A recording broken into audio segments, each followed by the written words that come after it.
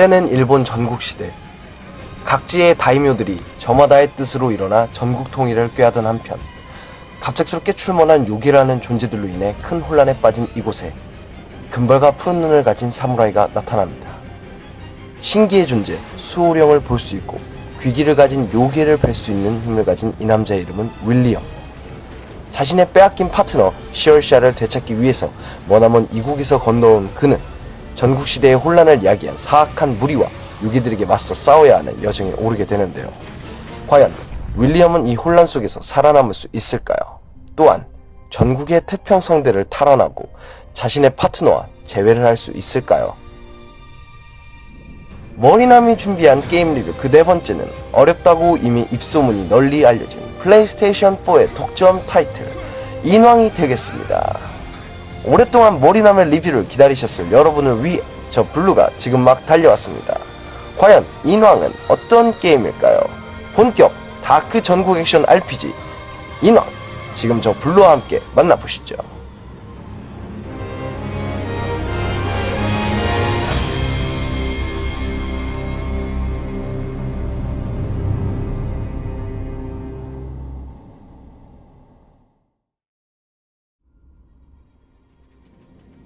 인왕은 1600년대 일본을 배경으로 한 실존 인물들의 이야기를 판타지와 접목시킨 세계관의 게임입니다. 국내에서는 많이 친숙한 중국의 삼국지와 비교했을 때 조금은 많이 낯선 일본의 전국시대와 그 당시 실존했던 것으로 기록된 영국인 사무라이 윌리엄을 주인공으로 내세우고 있어 꽤나 독특한 분위기를 풍기고 있는데요. 처음 게임 공개 당시 게임 다크소울의 형식을 너무 많이 닮아있다고 우려를 낳기도 했지만 막상 게임을 해본다면 정말 많은 부분이 다크소울과 다르다는 걸 알 수 있습니다.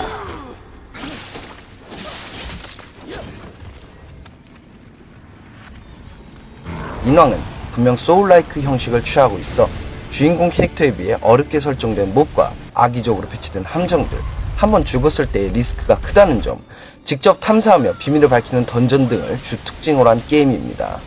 이는 프롬소프트웨어의 대표 게임 중에 하나인 다크소울의 특징들을 통틀어 만들어진 게임 장르 중에 하나인데요. 하지만 게임 엔딩까지 오로지 플레이어의 손과 센스, 절묘한 운에 맡기는 다크소울과는 다르게 캐릭터를 꾸준히 성장시키면 시킬수록 그 결과가 게임에 크게 반영되고 있어 플레이들의 진입턱을 낮추어 기존의 매니아층 장르라고 여겨지는 소울라이크보다 대중적으로 다가오게 됩니다. 또한 인왕은 상단, 중단, 하단의 공격 방식이나 다양한 무기의 스킬트리, 기력을 회복하는 잔심 등 닌자 가이드는 만들었던 테크모답게 액션 게임으로서의 면모를 제대로 보여주고 있어 보다 화려하고도 용이하게 게임을 풀어나가도록 하는데요. 개인적으로는 액션성에서는 다크소울보다도 더 잘 짜여진 편이라고 말하고 싶습니다. 또한 물, 불, 번개 등 다양한 속성을 가진 수호령을 이용해 캐릭터를 보다 강하게 키우고 아메리카 게이지를 가득 채우면 발동시킬 수 있는 강력한 필살기를 이용해 적들을 화려하게 일망타진할 수 있다는 건 역시 게임을 오래 붙들고 할 수 있게 해주는 매력 포인트라는 걸 잊으면 안 되겠죠. 또한 아무리 어려운 보스라고 해도 조금만 노력해서 보다 좋은 장비를 맞추게 되면 누구라도 충분히 도전해볼 수 있게 게임이 디자인된 것 역시 인왕의 특징이라고 할 수 있습니다. 오히려 더 좋은 장비를 갖추기 위해 어려운 보스를 몇 번이고 도전하는 욕구를 제공하기도 하죠. 마치 게임 디아블로를 하는 듯이 장비의 옵션이나 수치, 희소도 높은 아이템을 위해 보스에 몇 번이고 도전하며 공략하는 것 자체로도 다회차 플레이를 고려한 부분이라고 할 수 있겠습니다.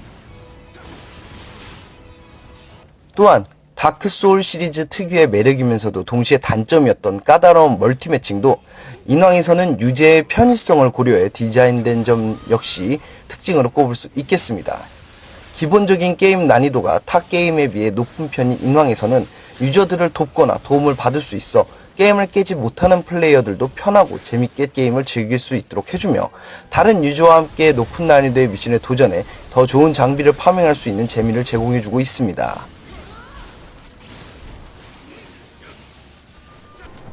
앞서 언급한 특징들 때문에 인왕은 어려운 게임임에도 불구하고 보다 캐주얼하며 스타일리시하고 쉽게 게임을 즐길 수 있어 비교적으로 허들이 높은 소울 시리즈나 비슷한 부류 게임의 입문작으로는 손색이 없다고 평할 수 있겠습니다. 하지만 이런 좋은 장점들이 있음에도 불구하고 반드시 짚고 넘어가야 할 단점들이 눈에 띄는데요. 그 첫 번째로는 썩 매끄럽지 못한 스토리 진행을 들 수 있겠습니다. 인왕은 충분히 매력적인 스토리를 가지고 있지만 그걸 풀어나가는 방식이 조금 부족한데요.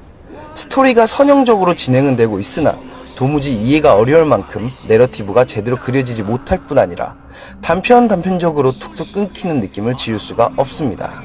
게다가 일본 전국시대에 대한 기본 배경 지식이나 역사를 모르면 당초에 이해 못할 대화들은 게임에 대한 몰입도를 떨어뜨리거나 그 깊이감이 부족한 편이라고 생각됩니다. 물론 그것을 보충하기 위해 요괴 도회나 인물 사전으로 역사 뒷이야기를 실어둔 것은 좋은 생각이지만 아마 많은 상당수의 플레이어가 서둘러 다음 미션을 도전하러 가거나 몇 번이고 보스전을 치르러 가지 월드범에 멈춰 서서 그걸 읽고 있지는 않을 겁니다. 차라리 게임 속에서 만나는 NPC와 대화를 나눌 수 있게 정보를 얻는다든지 맵을 탐색하다가 읽게 되는 문서로부터 이런 뒷이야기를 접할 수 있도록 디자인해뒀다면 어땠을까 하는 개인적인 의견을 달아봅니다.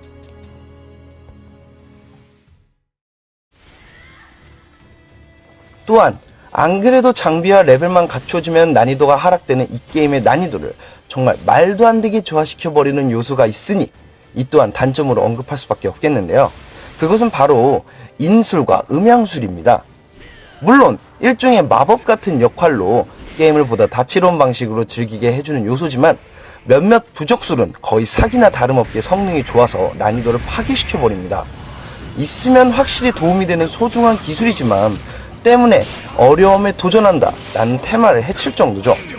아닌 게 아니라 지등부와 극금부, 강력단만 있으면 보스가 5초 안에 사명해버리는 어이없는 경우가 발생하기도 합니다.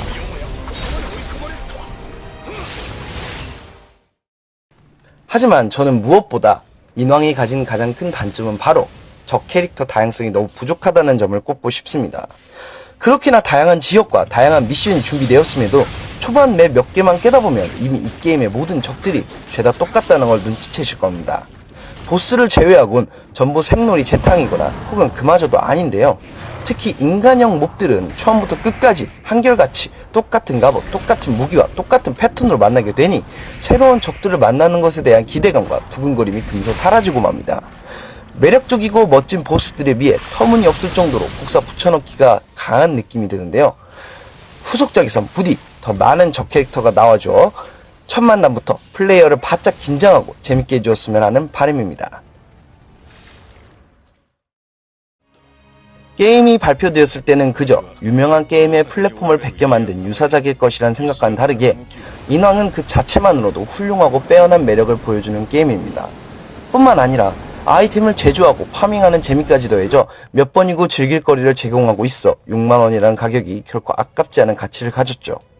아직 공개되지 않은 확장팩과 더불어 추후 추가될 PVP는 이 게임을 더 재밌게 즐기게 해줄 것이란 기대가 큽니다. 물론 어려운 게임 난이도 때문에 부담스러울 수 있겠지만 누구라도 꾸준히 끈기를 갖고 도전하며 캐릭터를 성장시킨다면 충분히 재밌게 즐길 수 있는 게임입니다. 어렵다는 얘기에 지레 겁먹고 계신 게이머분들 안심하고 인왕을 즐겨주십시오. 몇 번이고 반복된 죽음을 넘어서 진정한 인왕이 되실 여러분을 응원하며 저 블루는 여기서 인사드리겠습니다. 여러분 다음 리뷰에 또 만나요.